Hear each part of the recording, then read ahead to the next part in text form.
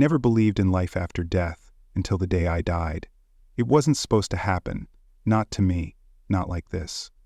One moment I was behind the wheel, driving home late at night, exhausted but eager to finally get some rest. The highway was nearly empty, just the hum of my tires on the pavement and the occasional headlights of a passing car. I had done this drive 100 times before. Routine, predictable, safe. And then, in an instant, everything changed.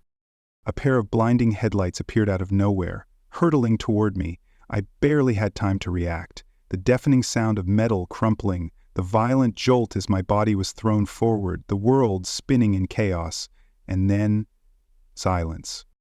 I thought that was the end, but the moment my body went still, something strange happened.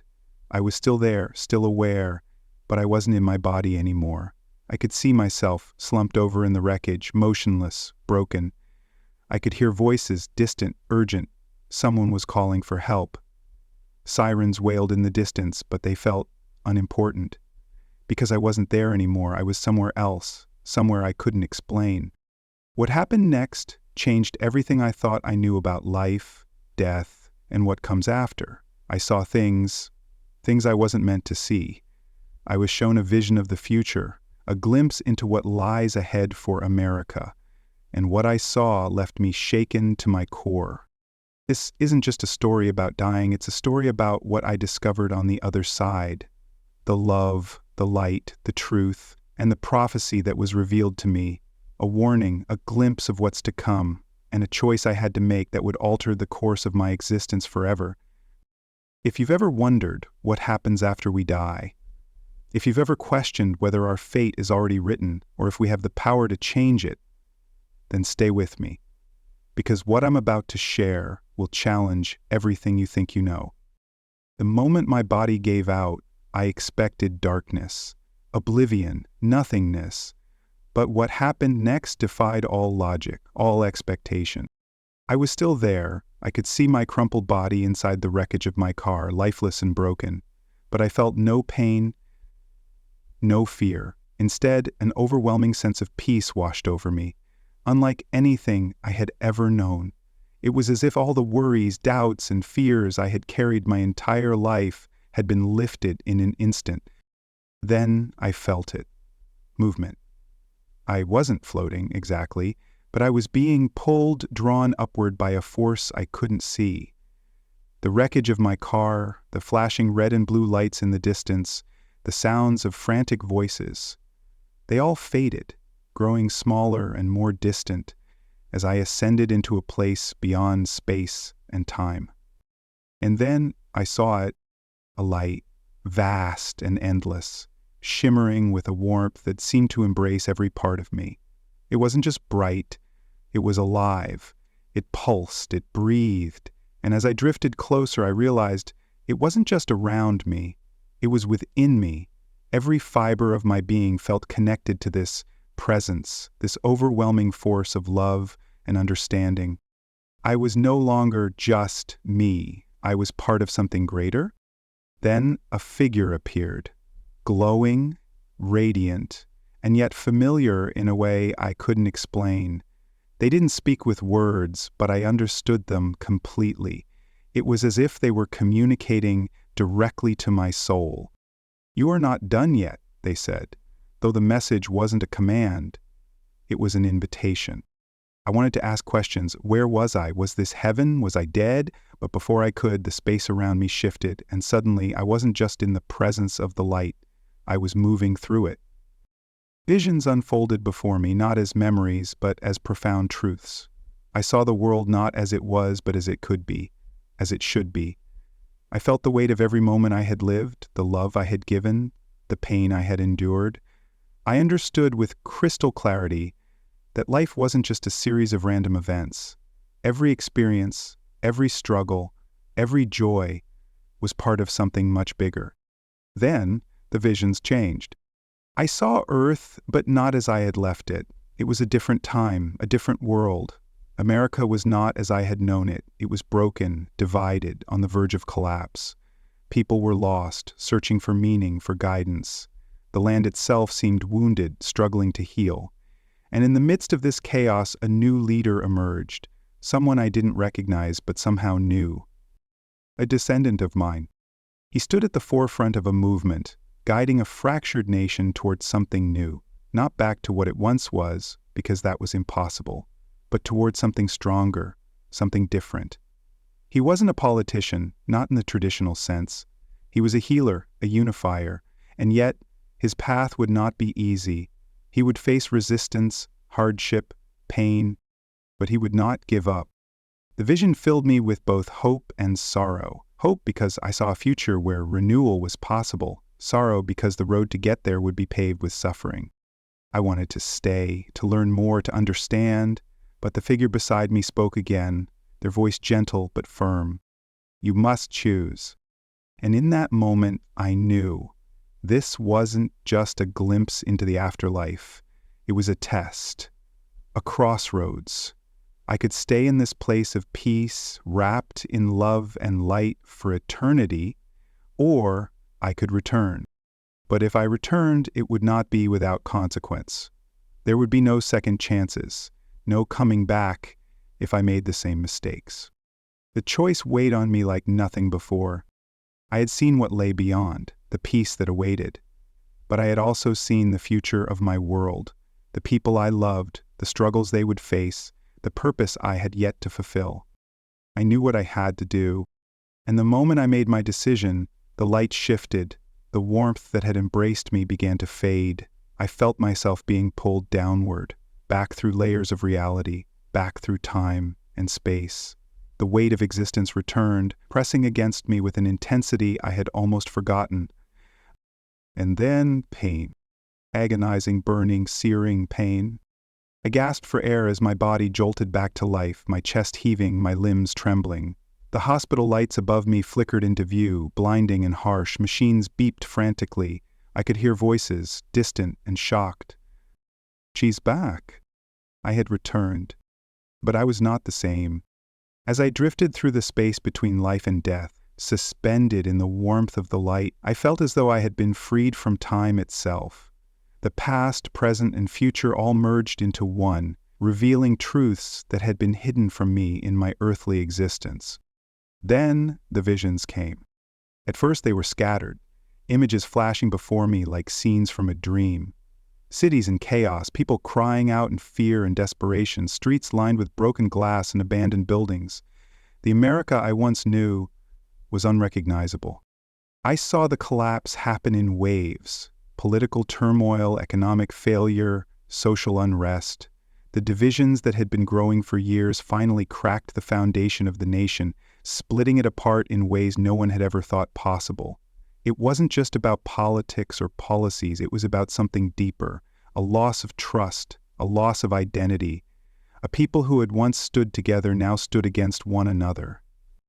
And yet, amid the destruction, I saw something else. A figure.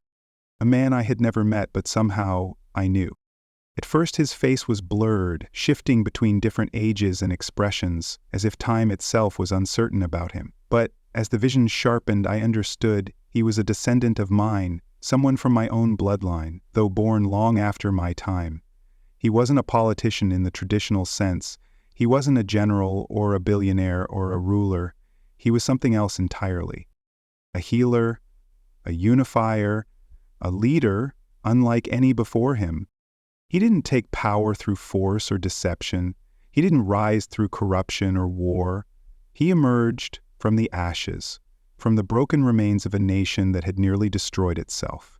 And though his path was difficult, though many stood against him, he carried with him something that America had lost: hope.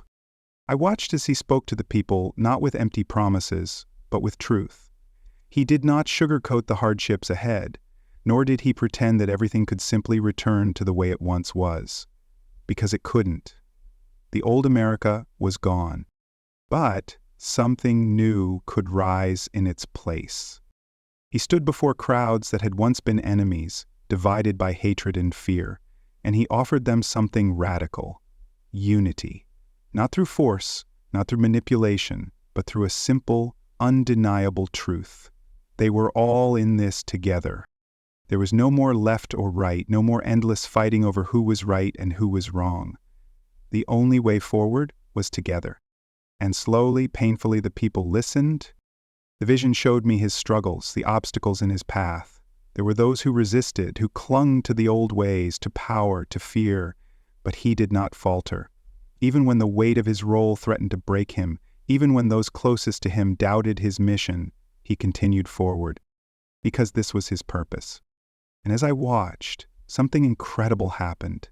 The broken streets were rebuilt. The people who had once screamed at each other in anger now stood side by side, working toward something greater. It wasn't perfect, it never would be, but it was real, a rebirth, a new America, forged not from the ruins of the past, but from the lessons learned through suffering. Then, just as quickly as the vision had come, it began to fade. The images blurred, slipping away like sand through my fingers. But the feeling remained. Oh, I understood now. This was not just a vision, it was a prophecy. A warning, but also a promise. The future of America was not set in stone. It could fall, yes, but it could also rise again. And the choice of which path to take did not belong to one person alone. It belonged to everyone. As the light around me pulsed one final time, I felt my consciousness shift. The weight of my body returned. The pain, the cold, the sound of voices, it all came rushing back. I was waking up. I was returning to the world I had left behind. But I was not the same. I had seen what was coming. I had glimpsed both the fall and the rebirth, and though I didn't know exactly how it would all unfold, I knew one thing with absolute certainty: the future was not written. It was ours to shape. As I stood in the presence of the radiant light, I felt an overwhelming sense of peace unlike anything I had ever known. It wasn't just an emotion, it was a presence, a living force that wrapped around me with unconditional love and understanding. In that moment, I was free from pain, free from fear, free from the burdens that had weighed on me in life. And yet, something held me back from fully surrendering to it. A voice, steady yet filled with a quiet power, spoke from within the light. You must choose. I turned, though I wasn't sure if I had a body anymore. The presence before me was not a person, not in the way we understand people to be. It was something beyond human comprehension. My guide, my guardian, perhaps even a reflection of my own higher self. You can stay here, the voice continued, gentle but firm, in this place of peace where pain and struggle no longer exist, or you can return to the world you left behind. The weight of the decision pressed down on me like nothing I had ever felt before. To stay meant freedom, eternal love, understanding, and oneness with the universe. There was no more suffering, no more uncertainty, only the infinite embrace of the divine. But to return, I thought of my son. His face appeared in my mind not as just a memory, but as something alive and real. I saw him standing in the world I had left behind, searching for me, longing for something he couldn't quite understand. I saw the pain he would carry if I never came back, the way my absence would shape him in ways he might never fully heal from. And then I realized something. I needed him more than he needed me. The love I felt for my child was unlike anything else, even in this place of pure light. It was tethered to my very soul, binding me to the world I had left behind. I looked back at the presence before me, my heart filled with both longing and certainty. If you return, the guide warned, you must understand. This is your only chance. The next time you die, there will be no coming back. The cycle will end. The words struck me like a cold wind, chilling despite the warmth surrounding me. There would be no second chances. If I left this place, I would return to a life filled with pain, uncertainty, and struggle. But I would also return to love, to purpose, to the chance to make a difference. I took a deep breath, if breath was even possible here, and whispered the words that would seal my fate. I choose to return. The moment I spoke, the light around me surged, embracing me in one final, overwhelming wave of warmth. It was as if the universe itself was saying goodbye, not out of sadness, but out of love. The presence did not resist my decision, nor did it try to change my mind. It simply accepted, as if it had known all along what I would choose. And then I began to fall. At first, it felt like floating, like drifting through the vastness of space. But as I moved faster, the sensation changed. I was being pulled, drawn downward through layers of existence, through time and space itself. It wasn't painful, but it was intense, like riding the edge of a storm, being swept through dimensions beyond human comprehension. The light began to fade, replaced by darkness, by weight, by the sharp sting of reality. The warmth slipped away, leaving behind only the cold, sterile air of the physical world. I was coming back, and this time there would be no turning back. The first thing I noticed was the pain. It crashed into me like a tidal wave, sharp, searing, and all-consuming. Every nerve in my body screamed, as if I had been ripped from a place of peace and thrust into something raw and unfinished. My chest ached, my limbs felt heavy, and my head pounded with a pressure that made it impossible to focus. Then I heard voices. They were distant at first, muffled like echoes through water. But as I drifted closer to consciousness, the words became clearer. She's gone. The voice was clinical, detached, as if delivering an unfortunate but expected piece of news. Time of death? No. Panic surged through me. I wanted to scream, to move, to tell them they were wrong. I was still here. I could hear them, feel the weight of the blanket over my broken body, sense the cold air of the hospital room against my skin. How could they say I was gone? I fought against the fog pressing in on me, trying to move even the smallest part of my body. My fingers twitched, just barely, but enough. A gasp, a commotion, the sound of hurried footsteps. The beeping of machines suddenly changed, frantic now, responding to something the doctors hadn't expected. I forced my eyes open. The world around me was blurry, harsh fluorescent lights blinding me as I struggled to focus. The ceiling above me was unfamiliar, white, sterile, humming with the faint buzz of electricity. My breath came in shallow, labored gasps, but I was breathing. I was alive. Then the faces appeared. Doctors, nurses, expressions frozen somewhere between disbelief and fear. I could see the questions in their eyes, the hesitation in their movements. I had been dead. For how long? I didn't know. But long enough for them to give up. Long enough for them to declare it. And yet, here I was. One of the nurses, her face pale and eyes wide, muttered something under her breath. Another, a doctor, stepped closer, checking the machines as if they might explain what had just happened. The room felt thick with something unspoken, something beyond medical explanation. But I remembered everything. The light, the presence, the choice. I had been given a second chance. As the reality of it sank in, so did something else, a deep, unsettling realization. I had come back, but I wasn't the same person who had left. Something had shifted inside me. The things I had seen, the truth I had touched, they were now a part of me. I wasn't just a survivor, I was a messenger. I had returned for a reason, and it was time to find out what that reason was. As I lay in that hospital bed, the weight of my return pressed heavily on me. The pain in my body was intense, but it was nothing compared to the realization burning inside me. I had seen the other side. I had felt its peace, its love, its infinite understanding. And yet, I had chosen to come back. But why?